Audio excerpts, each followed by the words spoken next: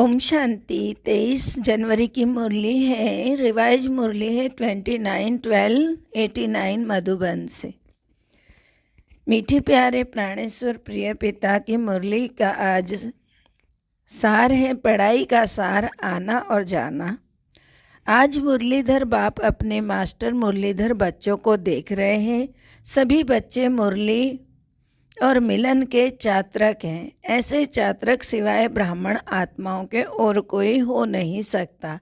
यह ज्ञान मुरली और परमात्मा मिलन न्यारा और प्यारा है। दुनिया की अनेक आत्माएं परमात्मा मिलन की प्यासी हैं और इंतज़ार में हैं, लेकिन आप ब्राह्मण आत्माएं दुनिया के कोने में गुप्त रूप में अपना श्रेष्ठ भाग्य प्राप्त कर रही हो। सारी दुनिया की आत्माएं परमात्मा मिलन की प्यासी है, लेकिन बाबा ने कहा आप आत्माएं, थोड़े बहुत जो आत्माएं हैं, श्रेष्ठ भाग्य प्राप्त कर रहे हो कहीं कोने में गुप्त रूप से, क्योंकि दिव्य बाप को जानने अथवा देखने के लिए दिव्य बुद्धि और दिव्य दृष्टि चाहिए, जो बाप ने आप विशेष आत्माओं को दी है। इसीलिए बाबा ने कहा कि आप ब्राह्मण ही जान सकते हैं और मिलन मना सकते हैं। आपके अलावा दूसरे के पास वो दिव्य दृष्टि नहीं है। दुनिया वाले तो पुकारते ही रहते, एक बूंद के प्यासे हम, और आप क्या कहते हो, हम वर्षे के अधिकारी हैं। कितना अंतर है। जो बूंद के प्यासे वो हैं, वो बूंद हम बाबा से दिलवा सकते हैं। हमारे पास तो सागर है ना, बाबा ने हमें सागर के साथ रख लिया है। वो बूंद के लिए तरसते और हमारे साथ पूरा सागर का सागर है, जो कि सबका पिता है। कहाँ प्यासी और कहाँ अधिकारी। अभी भी सभी अधिकारी बनकर अधिकार से आकर पहुँचे हो। दिल में यह नशा है कि हम अपने बाप के घर अथवा अपने घर में आए हैं। ऐसे नहीं कहेंगे कि हम आश्रम में आए हैं, अपने घर में आए, ऐसे समझते हो ना। अधिकार की निशानी है अपनापन।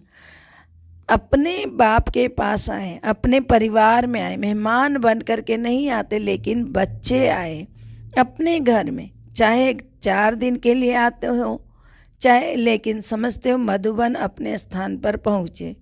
तो यहाँ आना और जाना, आप ब्राह्मणों की जो पढ़ाई है, वह मुरलीधर की जो मुरली है, उसका सार यह 2 शब्द ही है, आना और जाना। याद की यात्रा का अभ्यास क्या करते हो। कर्मयोगी का अर्थ ही है मैं अशरीरी आत्मा शरीर के बंधन से न्यारी हूँ। कर्म करने के लिए कर्म में आती हूँ और कर्म समाप्त कर सर्व संबंध से न्यारी हो जाती हूँ। संबंध में रहते हैं, बंधन में नहीं रहते हैं। तो यह क्या हुआ, कर्म के लिए आना और फिर न्यारा हो जाना। तो कर्म के बंधनवश कर्म में नहीं आते हो, लेकिन कर्मेंद्रियों को अधीन कर अधिकार से कर्म करने के लिए कर्मयोगी बनते हो। इंद्रियों के कर्म के वशीभूत नहीं हो। कोई भी किसी के वश हो जाता है तो वश हुई ना, आत्मा मजबूर हो जाती है। और मालिक बनने वाली आत्मा कभी कभी मजबूर नहीं होती है किसी से भी, क्योंकि वो मालिक है। उसके साथ कौन है, स्वयं परमात्मा है। तो बाबा ने कहा तो मालिक बनने वाली आत्मा कभी भी किसी बात में मजबूर नहीं होती, बल्कि वह अपने स्वमान में मजबूत होती। कई बच्चे अभी भी कभी कभी किसी न किसी कर्मेंद्रिय के वश हो जाते हैं, फिर कहते हैं आज आँख ने धोखा दे दिया, आज मुख ने धोखा दे दिया, आज दृष्टि ने धोखा दे दिया। परवश होना अर्थात धोखा खाना। धोखे की निशानी दुख की अनुभूति होना, और धोखा खाना चाहते नहीं है, लेकिन ना चाहते हुए भी कर लेते हैं। इसको ही कहा जाता है वशीभूत होना। दुनिया वाले कहते हैं चक्कर में आ गए, चाहते भी नहीं थे, लेकिन पता नहीं कैसे चक्कर में आ गए। आप स्वदर्शन चक्रधारी आत्मा किसी धोखे के चक्कर में नहीं आ सकती हो, क्योंकि स्वदर्शन चक्र अनेक चक्कर से छुड़ाने वाला है। न सिर्फ अपने को, लेकिन औरों को भी छुड़ाने के निमित्त बनते हैं। अनेक प्रकार के दुख के चक्करों से बचने के लिए सोचते हैं इस सृष्टि चक्र से निकल जाए, लेकिन सृष्टि चक्र के अंदर पाठ बजाते हुए अनेक दुख के चक्करों से मुक्त हो, जीवन स्थिति को प्राप्त कर सकते हो। ये कोई नहीं जानता है। आप चैलेंज करते हो कि हम आपको जीवन में मुक्ति बल दिला सकते हैं। इसका मतलब हुआ कि जीवन भी हो और मुक्ति भी हो। इसी ऐसी चैलेंज की है ना, नशे से कहते हो ना कि जीवन मुक्ति आपका और हमारा जन्मसिद्ध अधिकार है। दुखों से मुक्त होना ही जीवन मुक्त है। तो बाबा ने कहा कि तो सरदर्शन चक्रधारी अर्थात दुख के चक्करों से मुक्त रहने वाले और मुक्त करने वाले भी, वशीभूत होने वाले नहीं लेकिन अधिकारी बन, मालिक बन, सर्व कर्मेंद्रियों से कर्म कराने वाले, धोखा न खाने वाले, औरों को भी धोखे से छुड़ाने वाले, जो धोखे में आ गए उनको भी धोखे से छुड़ा देते। यही अभ्यास करते हो ना, कर्म में आना फिर न्यारे हो जाना। तो याद का अभ्यास क्या रहा? आना और जाना। और पढ़ाई अर्थात ज्ञान का सार क्या है? कर्मातीत बनकर घर जाना है और फिर राज्य करने का पाठ बजाने अपने राज्य में आना है। यही ज्ञान का सार है ना। तो जाना और आना यही ज्ञान और योग है। इसी अभ्यास में दिन रात लगे हुए हो। बुद्धि में घर जाने की और फिर राज्य में आने की खुशी है। जैसे मधुबन अपने घर में आते हो कितनी खुशी रहती है। जब से टिकट बुक कराते हो तब से जाना जाना कर सोचते रहते हो, जाना है जाना है। तो यह बुद्धि में याद रहता है ना।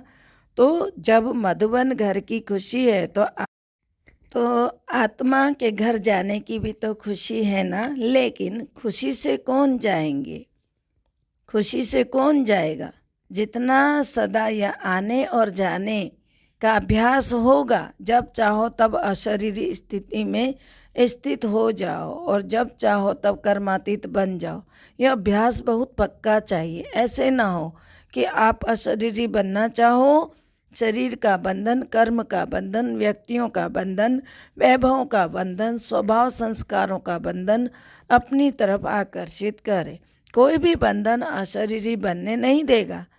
ऐसे कोई टाइट ड्रेस पहनते तो बाबा कहते हैं समय पर सेकंड में उतारने चाहो तो नहीं उतार सकेंगे ना, खिंचावट होती है ना, क्योंकि शरीर से चिपका हुआ है।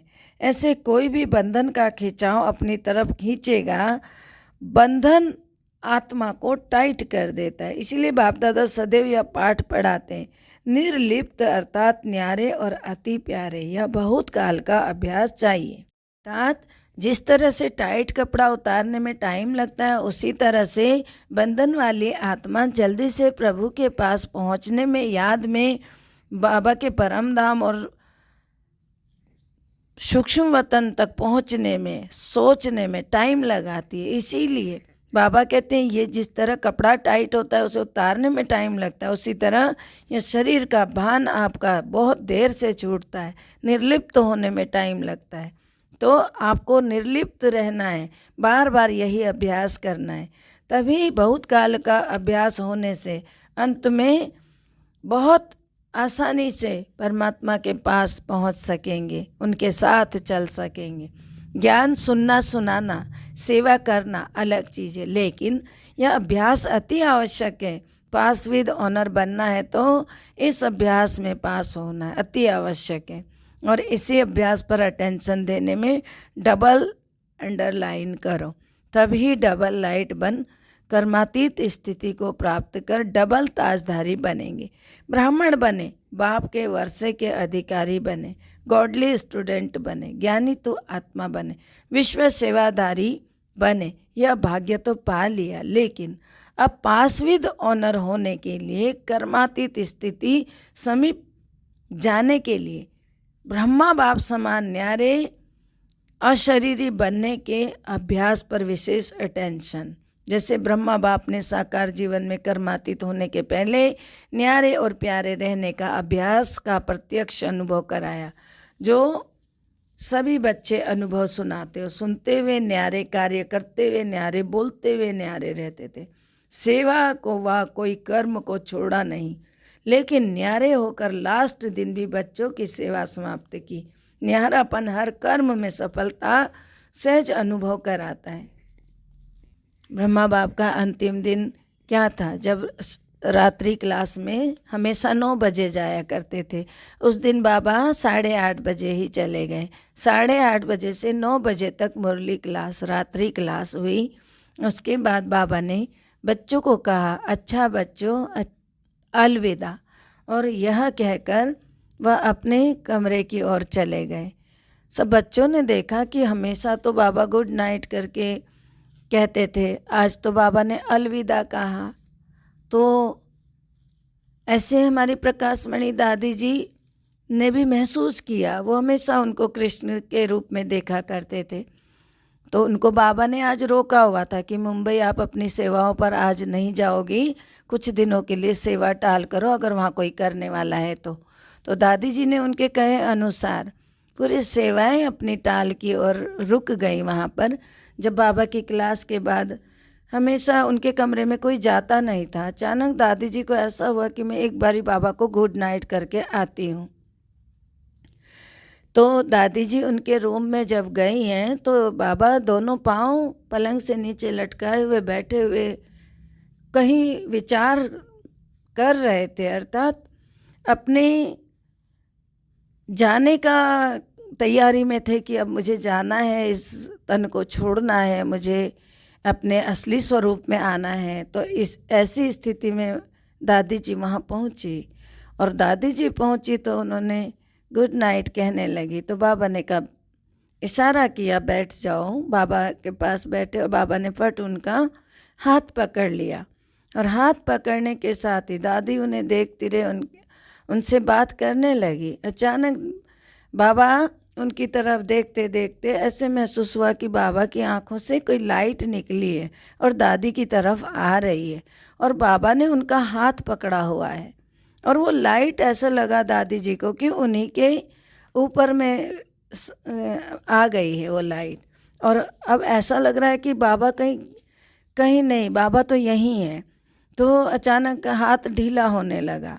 फिर दादी जी के कहे अनुसार कि ये बाबा का हाथ एकदम ढीला जैसे हुआ, तो फिर सबको खबर करने लगे। दादी जी को कोई दुख नहीं था उस बात का, उनको ये महसूसता थी कि बाबा लाइट बनकर यहीं आसपास घूम रहे हैं। तो अब सबको खबर हो गई, किसी को विश्वास नहीं होता था। फिर भी देखो बाबा का अंतिम समय कैसा था, बैठे बैठे ही किसी को नहीं मालूम कि बाबा जाने वाले हैं। सिर्फ अलविदा कहने से थोड़ी सी लगा भाई बहनों को कि आज बाबा ने अलविदा कैसे कहा, और जल्दी क्लास में भी आए और उठ के चुपचाप चले भी गए अपने रूम में। तो ऐसे प्रकाशमणि दादी जी अपना अनुभव हम बच्चों को बताती हैं, तो धन्य है वो बाबा और धन्य है वो मीठी दादी जिनको बाबा ने इतना बड़ा जिम्मेदारी दी। उनको सारा सुबह शाम सब चीज़ें समझाते रहे। उसके बाद अंत में भी उनके हाथ में हाथ रख कर उनको सारी सेवाएं समझा कर बाबा ने अपने शरीर को छोड़ा, जबकि बाबा को तो मालूम चल चुका था कि अब चलना है। इधर रोग की अवस्था, उधर योग की अवस्था, उधर बाबा के साथ न्यारेपन होकर बाबा के साथ चलने की तैयारी, तीनों चीज़ों में बाबा एकदम कर्मातीत अवस्था में थे और जाने वाले थे। और वो अनुभव बाबा का जब हम सुनते हैं वो महसूसता आती है मानो हम सामने बैठे देख रहे हैं। तो ऐसी अवस्था थी। तो बाबा ने कहा सबकी अवस्था ऐसी होनी चाहिए। तो 15 मिनट में सफलता बाबा कहते हैं होगी, अगर जब आप करके देखेंगे, इस ऐसे न्यारेपन की अवस्था खुद से प्रैक्टिस करेंगे।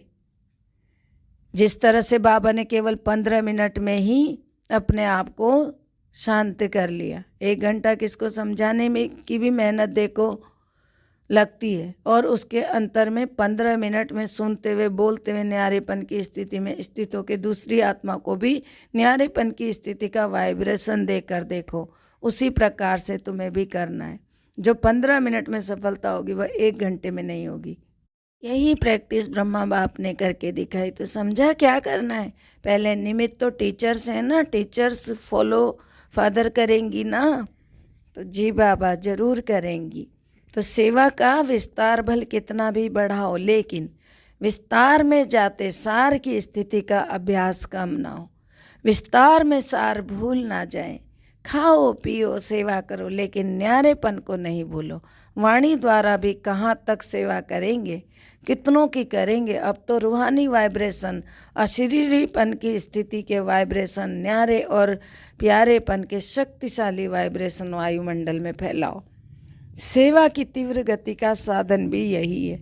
दूसरों की सेवा करने के पहले स्वयं इस विधि से संपन्न होंगे, तब सेवा की सिद्धि को प्राप्त करेंगे। अब वाणी में आना सहज हो गया और दिल से भी करते हो, क्योंकि अभ्यास पक्का हो गया। ऐसे यह अभ्यास भी नेचुरल हो जाएगा। इस नेचुरल अभ्यास से ही नेचर बदली होगी, चाहे मनुष्य आत्माओं की नेचर, चाहे प्रकृति की नेचर। समझा? मुश्किल तो नहीं लगता है ना? बड़े ते बड़े बाप के बच्चे हैं और बड़े ते बड़ी प्राप्ति के अधिकारी हैं, तो उसके लिए कोई बड़ी बात नहीं है। अटेंशन रखना तो आता है ना, कि टेंशन रखना आता है। निजी संस्कार अटेंशन के हैं। जब टेंशन रखना आता है तो अटेंशन रखना क्या बड़ी बात है। टेंशन रखने में तो आदती हो गए ना। अटेंशन का भी तो टेंशन नहीं रखो ना, लेकिन नेचुरल अटेंशन हो। कई ऐसा भी करते हैं, अटेंशन का टेंशन भी में बदल देते हैं, अटेंशन को भी टेंशन में बदल लेते हैं। लेकिन अटेंशन को अटेंशन के रूप में ही रखो, बदली नहीं करो। ओरिजिनल अभ्यास आत्मा को न्यारे होने का है, तो न्यारी थी, न्यारी है, फिर न्यारी बनेगी। सिर्फ अटैचमेंट न्यारा बनने नहीं देता है। वैसे आत्मा की ओरिजिनल नेचर शरीर से न्यारी रहने की है, अलग है।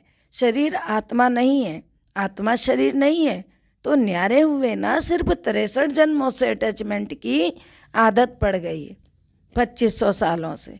ओरिजिनल तो ओरिजिनल ही होता है ना।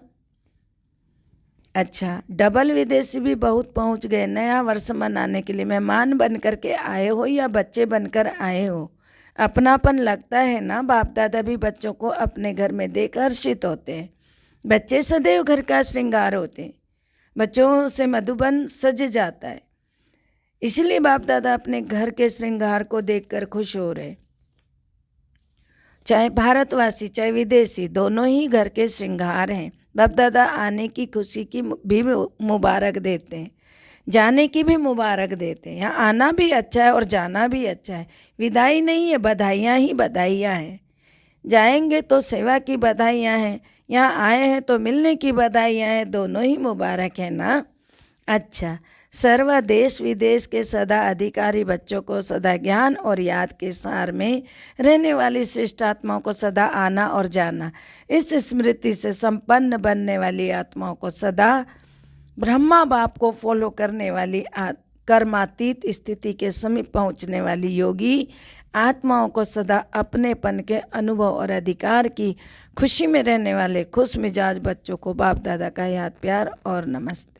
हम रूहानी बच्चों की रूहानी बाप दादा को दिल व जान से सिक व प्रेम से याद प्यार नमस्ते। Good morning diamond morning, Om Shanti. शुक्रिया बाबा, शुक्रिया मीठे प्यारे प्राणेश्वर प्रिय पिता, शुक्रिया।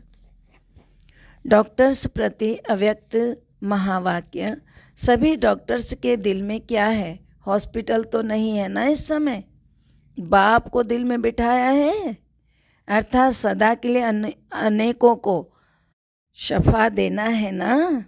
तो आजकल तो देखो डॉक्टर्स भी कहते हैं कि दवाई इतना काम नहीं करेगी जितना दुआ करेगी, तो वो भी दवाइयों से दिल शिकस्त हो गए, क्योंकि जानते हैं ना कि इसकी रिज़ल्ट क्या है और क्या निकलेगी। इसीलिए अभी सबकी नज़र दुआओं तरफ जा रही है।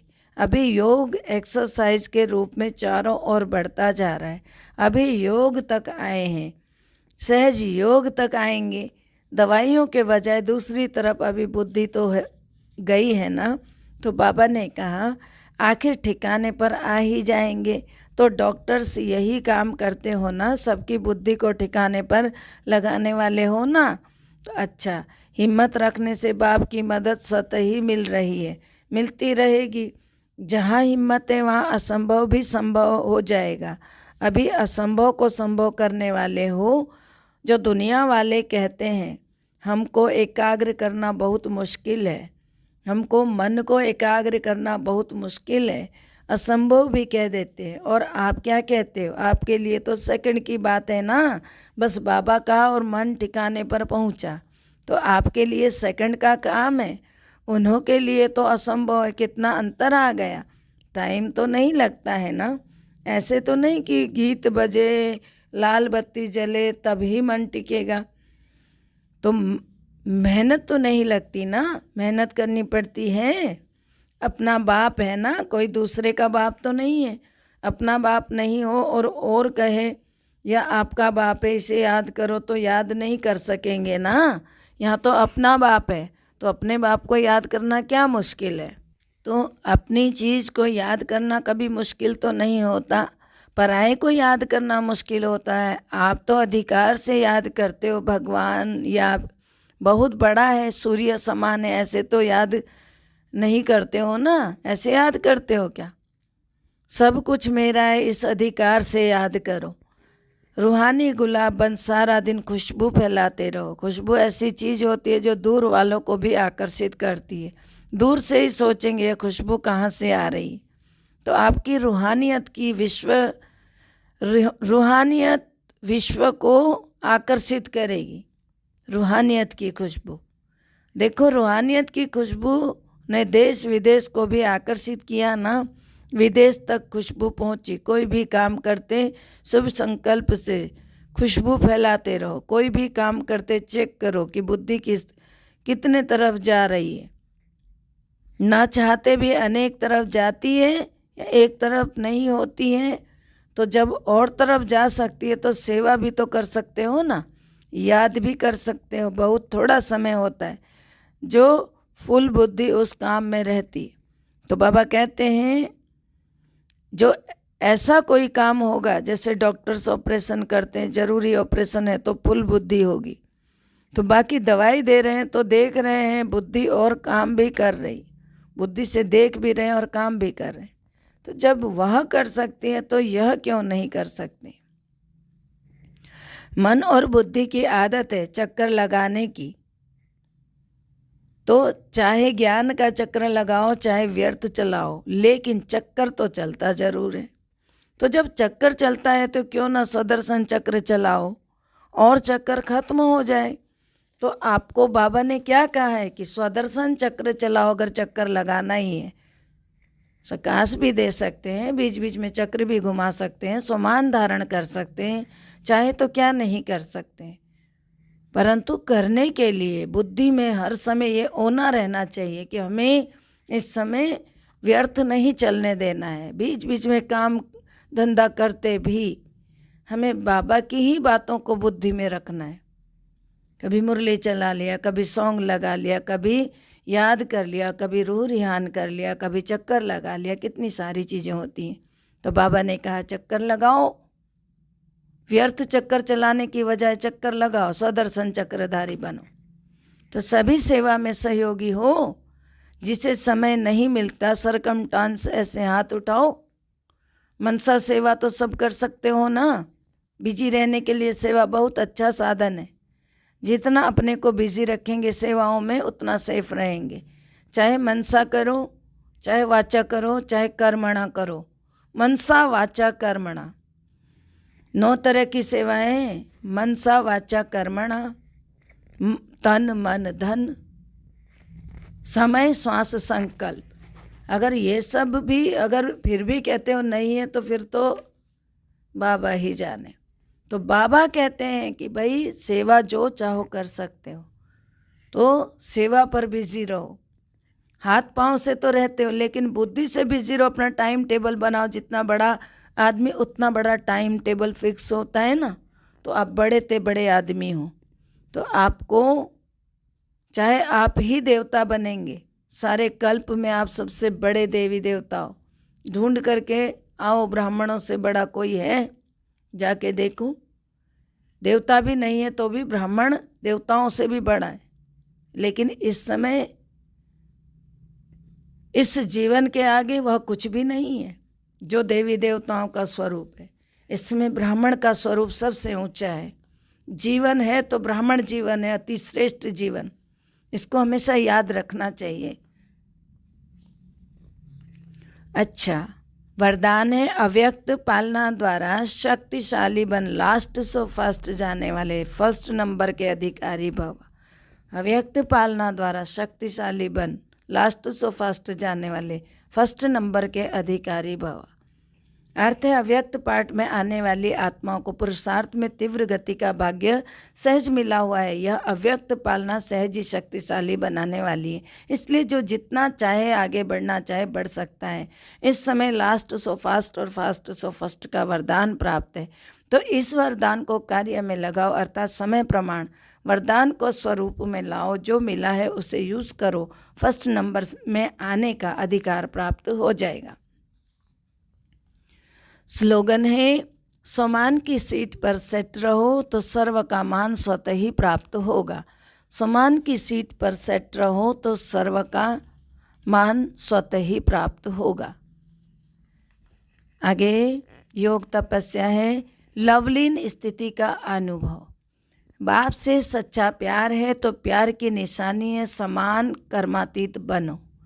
करावनहार होकर कर्म करो और कराओ। कर्मेंद्रियां आपसे नहीं करावें, लेकिन आप कर्मेंद्रियों से कराओ। कभी भी मन बुद्धि व संस्कारों के वश होकर कोई भी कर्म नहीं करो। अगर उसके वश हुए तो कहाँ आत्मा राजा हुआ। इसलिए अपने आप को आत्मा राजा भ्रिकुटी के ऊपर निवास करने वाली इस मस्तक सिंहासन पर बैठी मैं आत्मा, ये आँख, ये कान, ये हाथ, ये पाँव, ये सब कुछ मैं कर्मेंद्रियाँ ये मेरे नौकर चाकर हैं, मेरी प्रजा है, मैं राजा हूँ और मैं राजा बनकर इनको ऑर्डर प्रमाण चलाता हूँ। इस प्रकार आपके जो कर्मेंद्रियाँ हैं वो कार्य करें, तो इसको कहेंगे आत्मा राजा करावनहार होकर कर्म करेंगे। ओम शांति। सबका भला हो, सब सुख पाएं, सब परमात्मा से जुड़ जाएं। सबका भला हो, सब सुख पाएं, सब परमात्मा से जुड़ जाएं। सबका भला ही भला हो, भला ही भला हो, सब की मनोकामना पूर्ण हो जाए। ओम शांति।